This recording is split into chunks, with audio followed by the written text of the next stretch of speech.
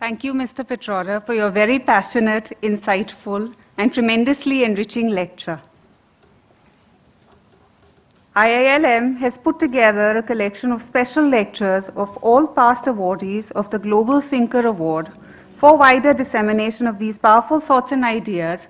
May I please request Mr. Pitroda and Dr. Sarur to kindly release the compendium of lectures.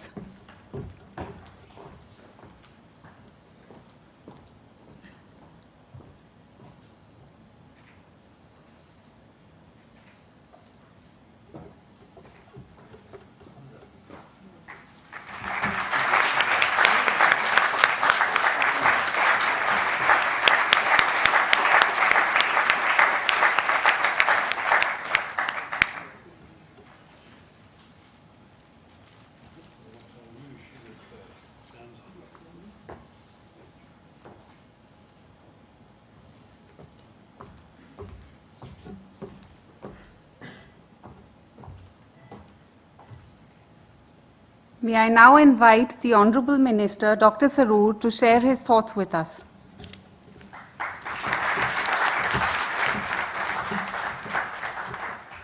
Well, first of all, what a wonderful, knowledgeable, inspiring and optimistic speech we just heard. I really want to thank Sam for it, and I'm going to invite you all to give him one more round of applause for what he had to say to us. A technocrat, an innovator, an entrepreneur, technology advisor, and above all else, a proud and patriotic Indian. For that is really how we've all known Sam over the years. As a technology advisor to the late Prime Minister, the Honorable Shri Rajiv Gandhi in the 80s, Sam single-handedly revolutionized the telecom sector in India. The ideas advanced by him and the institutions created by him have become an integral part of the story of modernizing India. You remember India before and after the establishment of STD booths, right? And these call offices, they mushroomed around the country. No one had ever seen them before, and yet no village was complete without one. No little town didn't have it. And this is all Sam. As the first chairman of the Telecom Commission, he played a key role in shaping modern India by propagating the widespread usage of technology in the development of our society. He helped revolutionize our development policies and philosophies, and he saw technology as a key to social change. He pioneered the development of the Center for the Development of Telematics, C-DOT, which has become a globally recognized hub of telecom technology. This is very much in the Nehruvian tradition, and Pandit Nehru always emphasized the need to involve technology in various aspects of society, locally and globally. He set the tradition of every Prime Minister attending every session of the Indian Science Congress. That was Nehruji who started that. But what I think Sam was able to do is take this away from these rarefied conferences and university halls into the rural areas of India. He's actually been able to use technology to bridge the rural-urban gap and help harness the potential of our villages to the maximum. This connection is, I think, going to be the most lasting and the most influential of Sam's many contributions to our country, because the demographic dividend that we face is principally still in the rural areas, and we need to exploit it there and connect it. If we can connect, God knows, 600 million Indian villagers to the global village, think what we can do for ourselves and for the world, and Sam is getting us there. As chairman of India's National Knowledge Commission, he's developed policies that will help create knowledge capital. We've got this huge population, 65% under 35, 560 million under 25, as Sam said. All of this will actually need a solid knowledge base if it's going to be a significant and useful force in the world, rather than frustrated, unemployed people without a stake in our society, the kind of people who have been prey to the blandishments of the Maoists in so many of our districts. If we want to change that, it's Sam's approach that's going to work. And I'm proud that he's leading the effort in Kerala, in my home state, to create a knowledge city in my own constituency of Thiruvananthapuram. But as he said in his lecture, with knowledge comes innovation. India needs to be not just a consumer of technology and products that are largely conceived, designed and produced abroad. We need to produce them here. And that means innovation, that means becoming a significant player at the cutting edge of knowledge and wealth creation. The many global technological companies have R&D elements, or sometimes even R&D hubs in our country. Our domestic industry has to concentrate much more on R&D so as to emerge as one of the drivers of global innovation.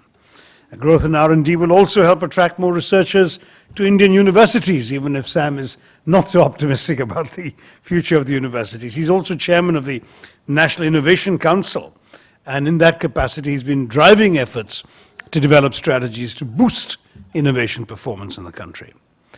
Now, if those weren't enough different hats, he's also chairman of the National Skill Development Council, in which he's talked about how to develop the skills of our youth through modern technology. Now, the fact is that we need skills, we need technology to uplift those at the proverbial bottom of the pyramid in order to help them be more employable. And that's where technology can be particularly used in creative ways. I think Sam, in order to be interesting to the audience, actually unwittingly gave us a fairly worrying, alarming picture that no politician would want to see painted. There he was saying that the cars wouldn't need drivers, the universities wouldn't need teachers, the publishers wouldn't need books because everything's on the internet. Sam, stop, we need employment. And the truth also is that I think that if we actually have all of these video conferences and online courses and so on, I would want to have a teacher in the classroom to help explain it to the students, help translate some of the American expressions if it's an MIT professor or whatever to somebody in rural Chhindwara. It might even require some translation of some terms and languages into a local language or a local dialect. So I would want to keep the teacher employed even while using the technology to bring sophisticated knowledge in. No, the teacher should be in the classroom. We'll fight about this separately. So what I would like is one online course with Sam Pitroda sitting in Chicago and lecturing to a million students in India, but those million students would be in 100,000 classrooms, each of which will have a teacher. Otherwise, we will have an unemployment problem in this country also.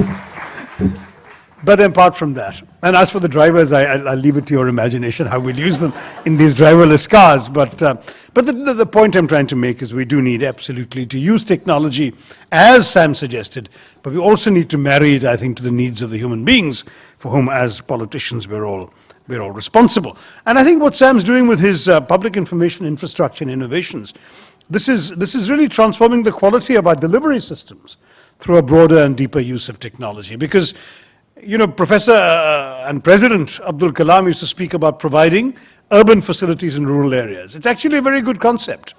Why should you have nothing but mass migration to the cities? If you're sitting somewhere in India answering phone calls from American consumers, what do they care whether you're sitting in Bombay, in a suburb of Delhi, or sitting in a village in the middle of Madhya Pradesh? It wouldn't matter to them. But it won't be possible to do because Bombay and the suburb of Delhi are the only places where you've got these connections so far.